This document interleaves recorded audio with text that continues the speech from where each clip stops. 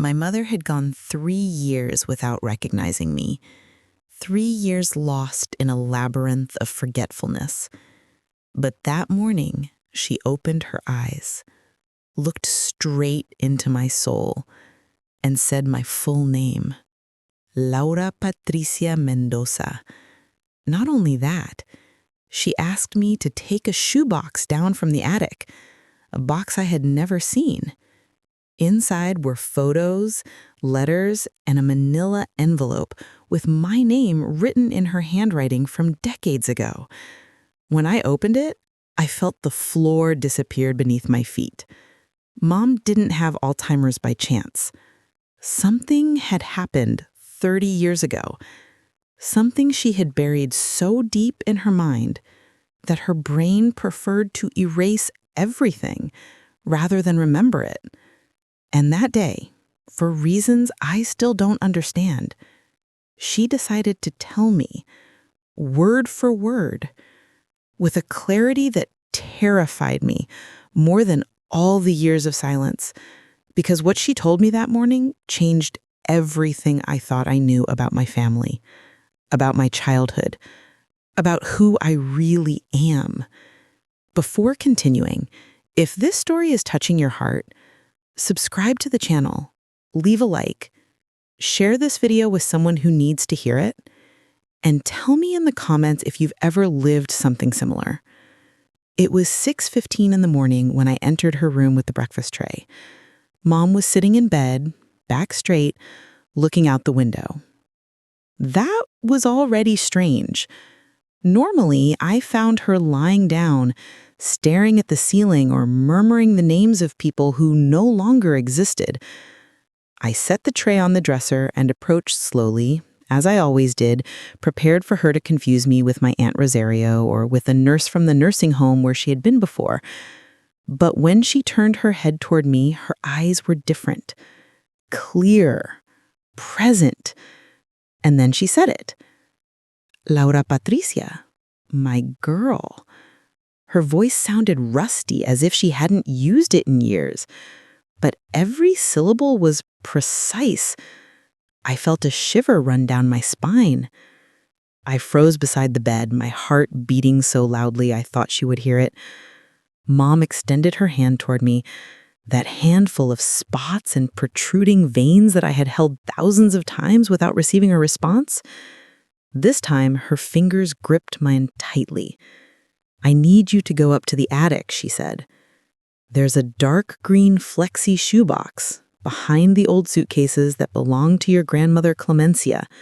Bring it to me, please. Her tone wasn't pleading. It was a calm, firm command. Like the mom I remembered from my childhood, the one who ran the house with a soft but unquestionable voice. I nodded, unable to speak. She let go of my hand and looked out the window again, as if that brief moment of lucidity had drained all her energy. I climbed the stairs feeling like my legs weighed twice as much. I hadn't entered the attic in years. Since Dad died 11 years ago, that space had become a tomb of memories no one wanted to touch. I opened the door, and the smell of old wood and dust hit me in the face. The skylight illuminated mountains of boxes, furniture covered with sheets, and bags of clothes no one would ever wear again. I made my way to the back, where Grandma Clemencia's brown leather suitcases were, the ones she used when she emigrated from Guadalajara in the 50s. And there, exactly where Mom said, was the box. Dark green, flexy, the logo almost worn away by time. I picked it up carefully. It was light, too light to contain anything important. I came down with the box in my hands as if it were a bomb. Mom was still in the same position, looking at the garden where the birds were beginning to sing. Open it first yourself, she said, without turning. I need you to understand before I tell you. I sat at the edge of the bed and lifted the lid. Inside were black and white photographs, some faded color ones. I recognized Mom young with waist-length black hair, smiling next to a man who wasn't my father. There were handwritten letters, yellowed envelopes with old stamps, and at the bottom, a thick manila envelope with my name written in blue ink, Laura Patricia Mendoza. Mom's handwriting, but from decades ago. I pulled it out with trembling hands.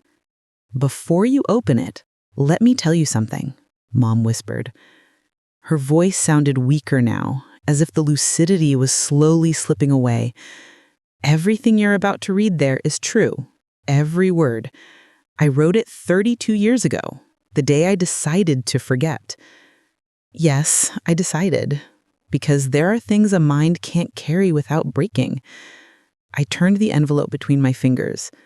It was sealed with old adhesive tape that crumbled to the touch.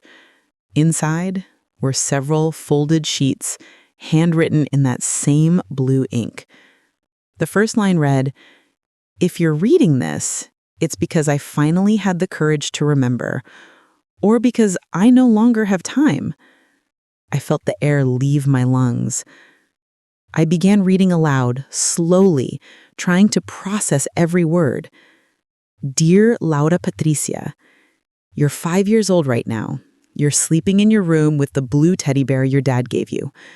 The dad you know. But there's something I never told you, and you need to know before I'm no longer here mentally. The man you grew up calling Dad, Rodrigo Mendoza, is not your biological father. Your real father's name is Julio Cesar Romero, and he died 3 months before you were born." I stopped. The words danced before my eyes. I looked at Mom, and she had tears falling silently down her wrinkled cheeks. "Keep reading, mija. Everything is there. Don't interrupt me until the end." I continued reading with a broken voice. "Julio and I met in Veracruz in the summer of 1991. I had been married to Rodrigo for 2 years. It was a marriage arranged by our families, common back then. Rodrigo was a good man, but cold, distant. He worked 16 hours a day at his spare parts business, and I felt like just another piece of furniture in the house. Julio was a wedding photographer. He came to shoot my cousin Estella's wedding in the port. We met on the boardwalk when I escaped the party to breathe. He was taking photos of the sunset. He asked if he could photograph me in that light. I agreed. That photo changed my life. I looked at the photographs in the box. There she was, young, radiant, with the ocean behind her. Julio lived in Mexico City but traveled constantly for work. For 6 months, we saw each other in secret. I told Rodrigo I was going to knitting classes or visiting my sister in Puebla. Julio and I met in discreet hotels, in distant cafes, in parks where no one knew us. It wasn't just physical. He listened to me. He made me laugh. He made me feel alive after years of being asleep. We talked about running away together, starting over somewhere no one would judge us.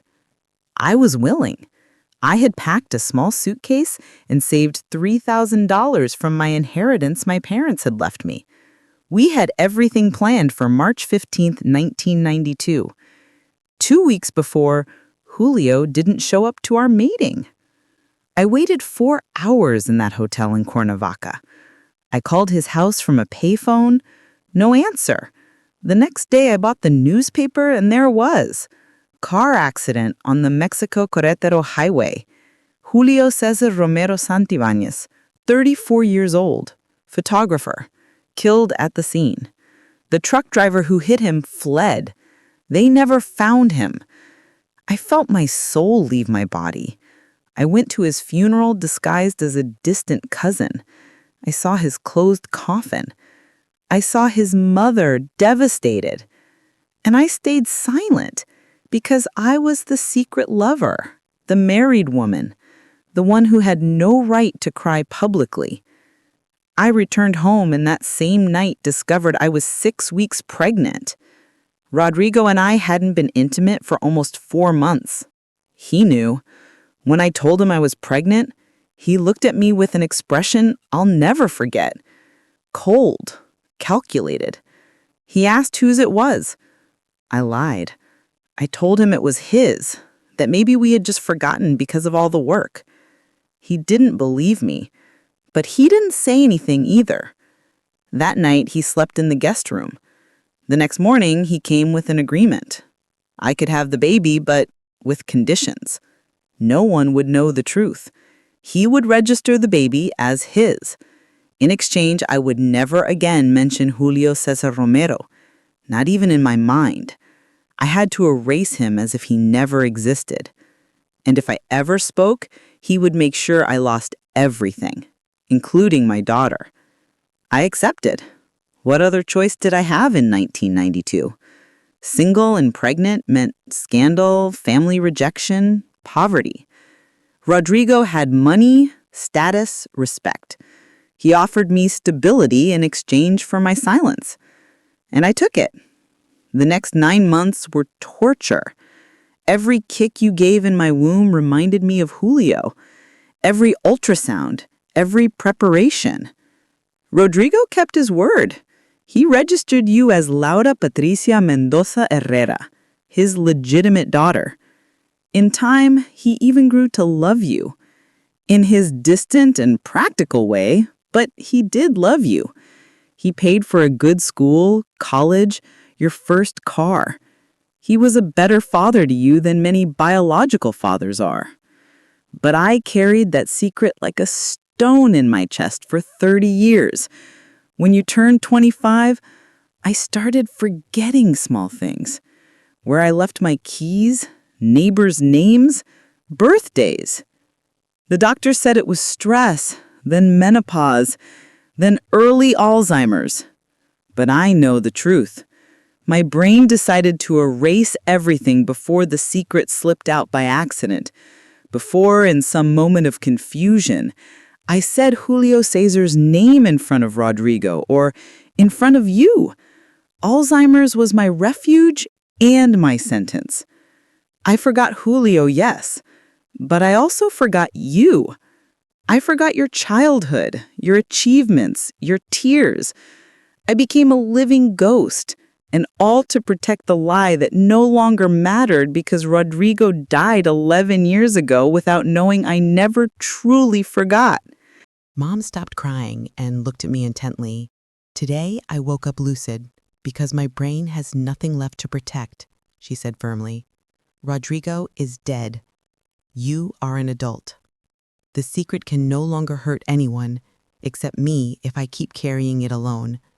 And I don't want to die without you knowing who your real father was, without you knowing you were conceived in real love, not marital obligation. Julio Cesar will have loved you, I have no doubt. I reached into the envelope and pulled out more papers. There was a death certificate under the name of Julio Cesar Romero, a photo of him smiling with a camera around his neck, and a letter written by him, addressed to her, dated 2 days before his death. I opened the letter with trembling hands. My beloved Sophia, in 2 weeks we will be together forever. I have sold my studio. I have saved $8,000. I found an apartment in Monterey where no one knows us. We can start from zero. We can be happy without hiding. I promise to take care of you every day of my life. I will be the husband you deserve and the father our future needs. Because yes, my love, I also want children with you. I want a full life by your side. I love you, Julio. Tears fell onto the yellowed paper. Mom closed her eyes. I never received that letter, she whispered. I found it years later among his things that his mother secretly sent me. By then, you were already 3. I continued going through the box. There were more photographs.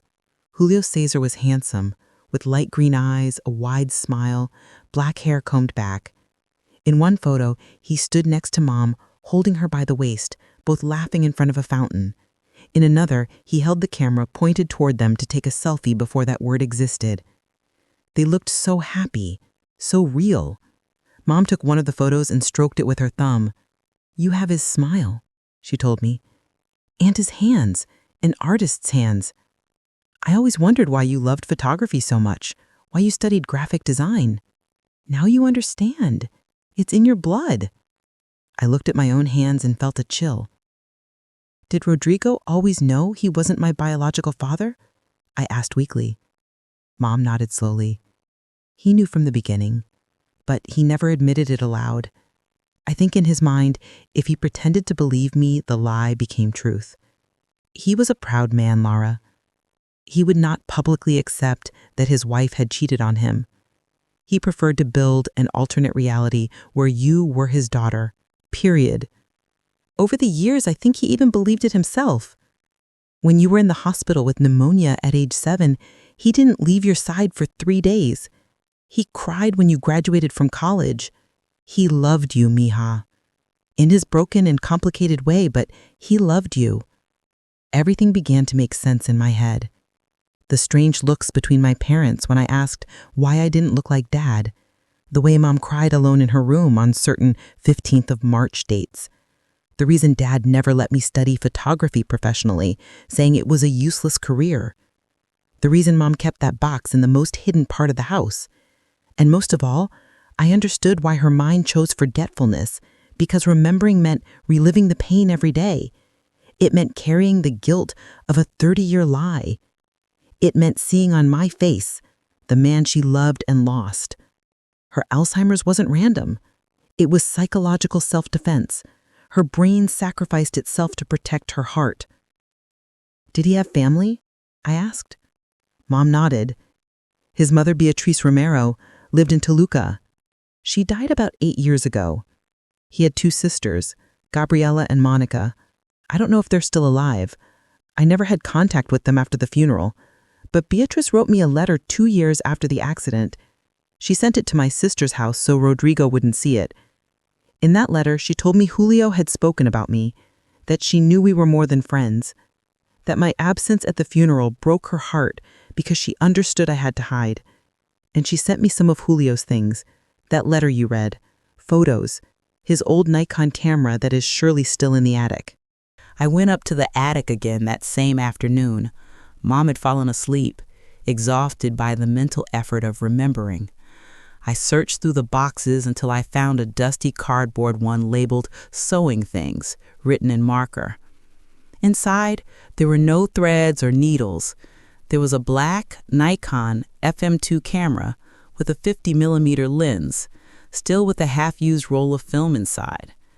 There were old negatives, contact sheets, receipts for jobs Julio had done in 1991. And there was a small notebook where he wrote ideas for photo sessions, thoughts, quotes. On the last written page, dated March 5th, 1992, it said, "In 10 days, I will be free. In 10 days, I will begin the life I always dreamed of." He died 8 days later. I went back down with the camera in my hands. Mom was awake again, but her gaze was no longer as clear. She recognized me, but it took a few seconds. "You found his camera," she said with a weak smile. "He wanted you to have it. I wanted you to have it. That's why I wrote your name on that envelope so many years ago. I knew that someday, somehow, the truth would come out." I sat next to her. "What are his sisters' names?" I asked. "I want to find them. I want to know more about him. I have the right to know where I really come from." Mom squeezed my hand. "Gabriela Romero de Salazar and Monica Romero Vega. Look in Toluca. They were older than Julio. Maybe they still live there." I took out my phone and began searching. It took me 3 days to find Gabriela Romero de Salazar on Facebook. She was 68, according to her profile. She lived in Toluca. Her photos showed a woman with gray hair, a kind smile, surrounded by grandchildren. I sent her a private message that I rewrote 20 times before sending. "Dear Gabriela, my name is Laura Patricia Mendoza. I am 33 years old. I believe I am the daughter of your brother Julio Cesar Romero. My mother, Sofia Herrera, recently told me the truth. I would like to meet you if you are willing."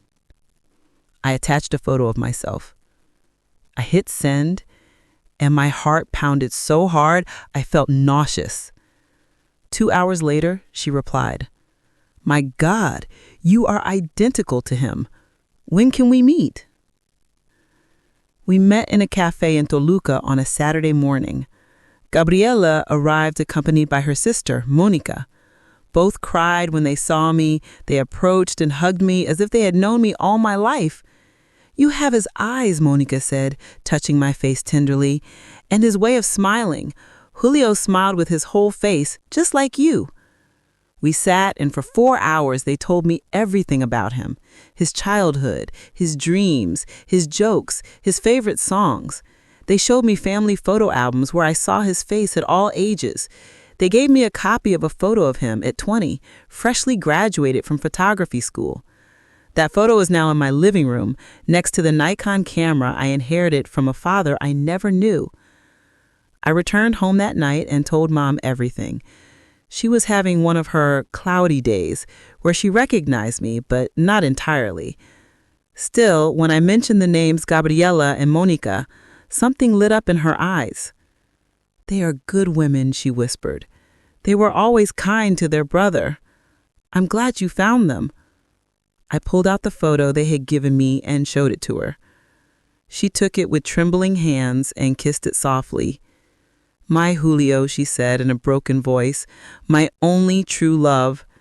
She cried silently for several minutes. Then she looked at me and said something I will never forget. Alzheimer's took many memories from me, but it could never erase what I felt for him. That lived deeper than memory. It lived in my soul. 6 months have passed since that morning when Mom woke up lucid. She hasn't had another moment of clarity like that again. Most of the time, she no longer recognizes me, but she is at peace. I am too. I now visit Gabriela and Monica every month. They tell me stories about my biological father. They show me his legacy. They even found old negative rolls of photos he took, and I had them developed. They're beautiful. They have his soul in every frame. I learned to use his Nikon camera. I took a course in analog photography. It's my way of connecting to him, with that part of me that was always there but had no name. Rodrigo Mendoza was my dad in every practical sense, but Julio Cesar Romero is my father in blood and spirit. And now that I know the complete truth, I finally understand who I am and why Mom needed to forget in order to survive.